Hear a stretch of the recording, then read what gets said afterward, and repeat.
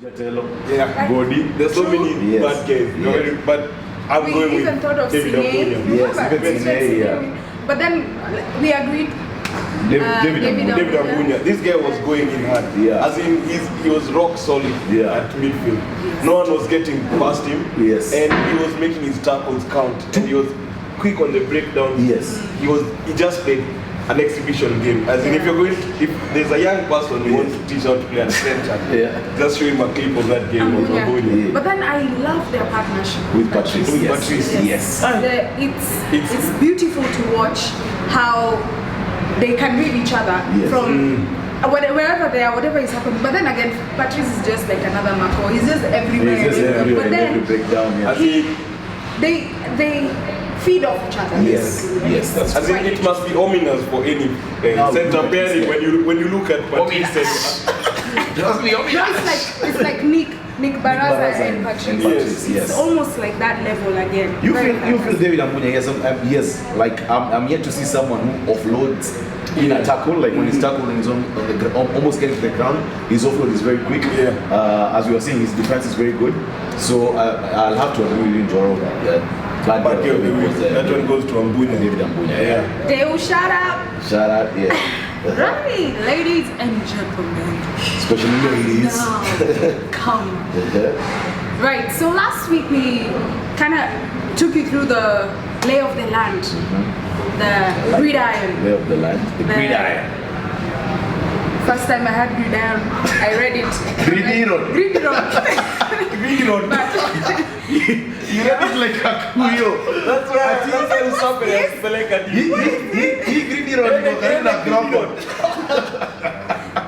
Sorry guys. Yes, so we talked about the lay of the land and we talked about the pitch and we explained what areas of play, and now we want to take you a little in depth. I will just say ladies because I'm sure some guys maybe. I don't know how to. But anyway, so so collectively we call you Akinawanjo. So in play, there are a lot of things that go on. There are tackles, there are mauls, there are racks, and the idea of the game, as much as it's a contact game, is to also flow the ball. So you see guys getting tackled, and when they get tackled, some of them go down and place the ball under them, and some guys come on top of them, right? That is called a rack. But there are two different things that look very similar, like a rack and a maul are very similar. Small thing. For a rack, the guy has to be on his feet.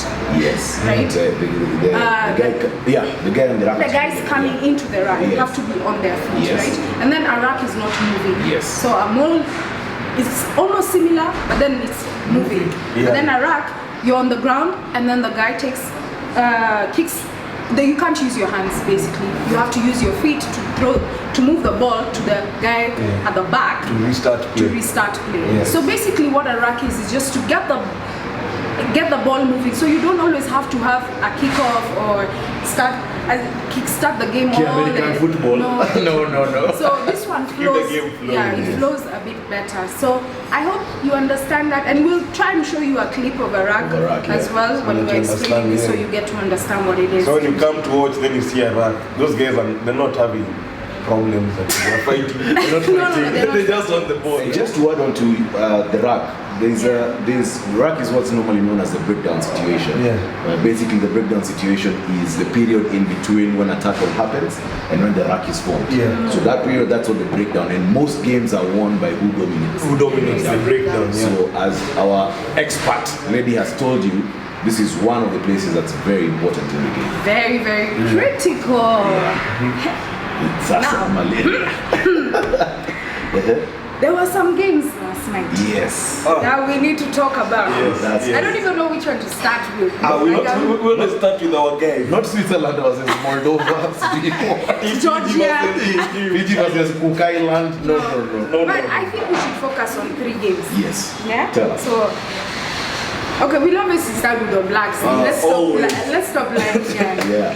And let us talk about that kick. By Barrett. Gordon Barrett, as in, when these guys haven't learned, they did it last week. You know, this cross, it's not even a cross kick, it's a kick pass. Because we're debating with Ghana, there's a cross kick. No, a cross kick is when you lift it high, then like for the wingers. Then the wingers will contest. Now the three quarters will contest for that ball in the air. But a kick pass is where it's very deliberate. It's giving you the wing. So that's what Barrett did. He gave a kick pass to Xavier on the wing. Xavier received it. Easy done. And it's like clockwork. Like Xavier had it, bang, he was offloading it to Doug, and Doug was off. As it was so clinical. Like they've done this many times. They even know what position, where he will be, envision where he will be while he's running. It's amazing. It's so natural. It's so instinctive for them. But then, let's be honest. There was a bit of malaria as well. Because they're tired. Let's just give it to them. This is the final. Oh, sorry. Maybe we should have started this way. These were the final games of the It's the final games of the Under Armour, and everyone actually looked tired except Wales. And Ireland. Everyone else, like Australia. Okay, let's talk about the guy. Okay, we were talking about New Zealand. And then also that intercept by Barrett intercept. And he was off. That guy is quick. As in, how quick is that guy? Actually, it reminds me of the 2003 World Cup semi-finals when Mortlock, the famous Mortlock image of him intercepting a Carlos Spencer pass, and he was off. By the time the French guys were turning, Barrett was at the halfway. Gone. As you could just hear the crowd, they're just like. But even the French played very well, actually. Exemplary well. That try for France.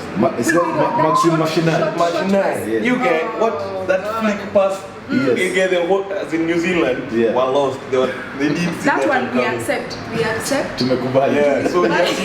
had to pick a move. That one we were like, hey, hands down, he only tried. The French did play good, and they pushed New Zealand to it. I think, again, as we keep on saying, the biggest thing about New Zealand is just the execution. Is that whenever they're in the opposition 22, or even in your own 22, they are a danger. In their own 22, they are a danger. So that was New Zealand, of course, 24-19. The other game was Wales, South Africa. Boggy, what is going on? What's up with SA, man? SA are going down. Who's not taking? And Abana didn't even make the nani. Abana didn't make the squad. So, as in, we're wondering, is the time to call it a date? Is it coming? It is. I am sure it's best to just chomoka gracefully. Just retire gracefully, not at your forced out. I am sure by the time that guy lands in his digs from the airport, that guy will be fired. He'll be fired. I read an article about the sports minister just talking. He was saying that right now their only focus is the team. Like they want to build the team. Let's forget about this, but measures have to be taken. When you know someone says measures, you just know coach. Coach. Someone's head has to roll. You just kunja at Springbok. Nani of his. But you know, watching the game, I felt like they just really had no ideas, no flair. Like there was no it was like cardboard. It is very disappointing for South Africa, especially coming off the 2007 World Cup win. They had a very good, talented group of players. The Matfields, Jean de Villiers, Jacques Fourie, Francois Steyn, went to France for money. And let me tell you what the problem is, and this is why I need to have it fixed. You see, in Australia and in New Zealand, especially New Zealand, if you're not playing in the local league, you're not going to be called up for your Blacks. They changed the rules for Macau and Qatar a while back, where they give you a sabbatical, but you have to be playing in the local league. Guys like Akina Nono, Kina Conrad Smith, they passed up big contracts in Japan and everywhere to play locally just to represent the All Blacks. That's not the case in South Africa. You have Habana who plays at Toulon, you have guys playing wherever they're playing, and they're still eligible to be called up. And also, we talked about it in a previous show, that SA, the transition is not seamless. Yes. Let me just read for you this squad of theirs from number 9, the backs. Yeah. We have the Clark. This guy is young. From the Clark, Yeah, we have Janjitis. Yantis. Janjitis. So, we have we have we have Ulengo. These guys are just coming into the team right now. So what I can say is that if they get their management right, these guys have a very talented pool. But they need more experience because even Venter, you have Combring, you have Gusen. These guys are all new to the jersey. So if they can get the right management and then just get that experience, I'm sure it will come back. And they are brilliant talents. Johan Wilson, Damian Dialande, Johan Combrick, Josh Creel. They are very good talents. Very good talent. As in, it's just as you're saying, you need somebody who can. Elton Yantis, who's been in the fold. He's been big at the Lions for a while, but he hasn't really gotten his chance to play for the green and gold because of what you're talking about. They don't want to cut the Monestein and all those old guys. So I think, as Njoro is saying, it's good management. It's time for these guys to leave. But they did, that game ended 27-13. Oh, 27-13. Fantastic Wales. Bigger. Bigger. And half penny. He had like half the scores. And also the man of the match. Tippery. Tippery. That is a proper number 7. Yes. That was fantastic. He took a short pass and he was out. Ireland has also scored. Yeah, man. These Aussies disappoint me so much sometimes. But Ireland.